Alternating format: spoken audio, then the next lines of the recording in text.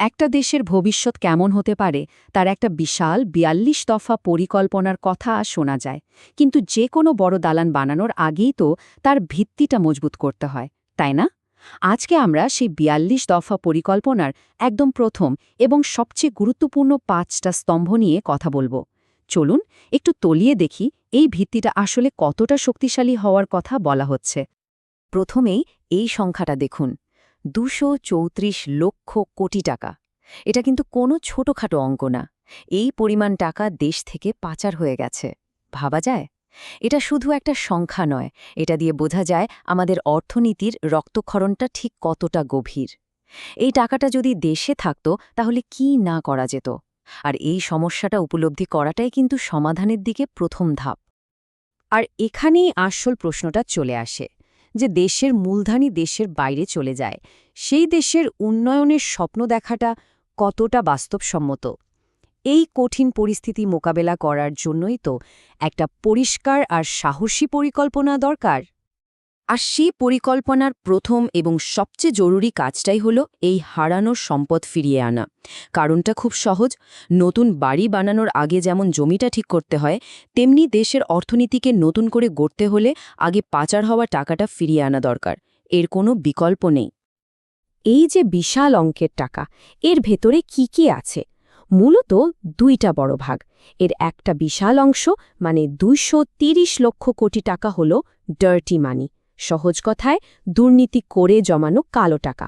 আর বাকি ৪ লক্ষ কোটি টাকা হল খেলাপি ঋণ, মানে ব্যাংক থেকে বিশাল অঙ্কের লোন নিয়ে সেটা আর ফেরত না দিয়ে বিদেশে পাচার করে দেওয়া হয়েছে। দুটোই কিন্তু দেশের অর্থনীতির জন্য মারাত্মক ক্ষতিকর।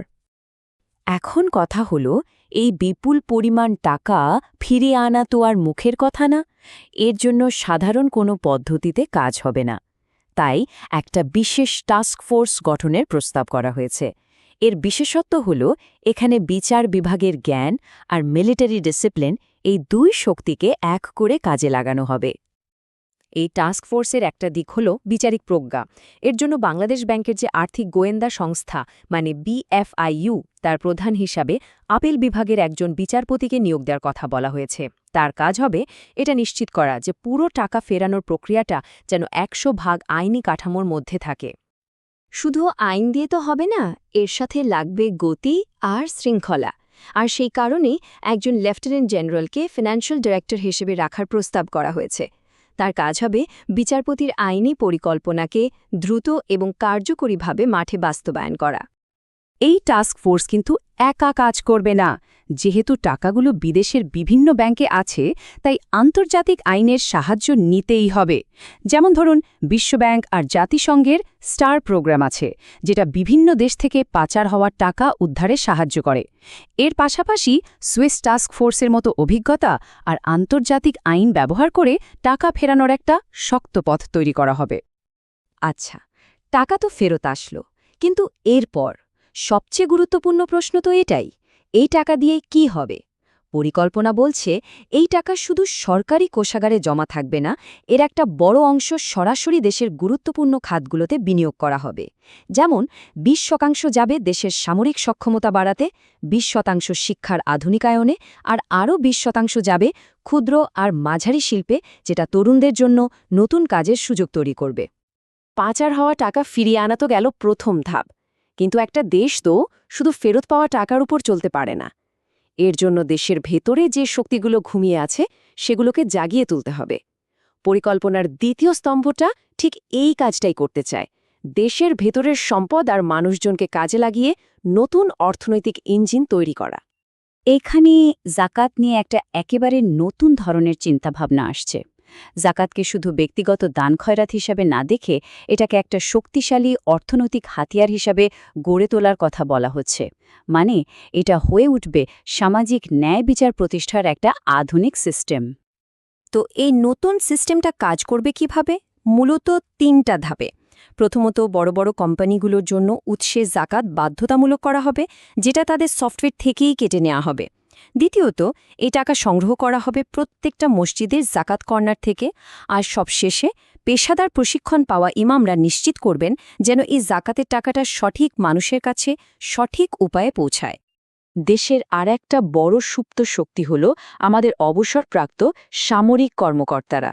তাদের যে ডিসিপ্লিন, নেতৃত্ব আর অভিজ্ঞতা, সেটাকে এবার যুদ্ধক্ষেত্রের বাইরে মানে দেশের শিল্পক্ষেত্রে কাজে লাগানোর একটা যুগান্তকারী প্রস্তাব এটি। আর শুধু আইডিয়া না, এটাকে বাস্তবে রূপ দিতে প্রত্যেক যোগ্য ও আগ্রহী অবসরপ্রাপ্ত কর্মকর্তাকে একটা এসএমই বা ছোট মাঝারি শিল্প কারখানা গড়ার জন্য 1 কোটি টাকার স্টার্টআপ লোন দেওয়ার কথা বলা হয়েছে।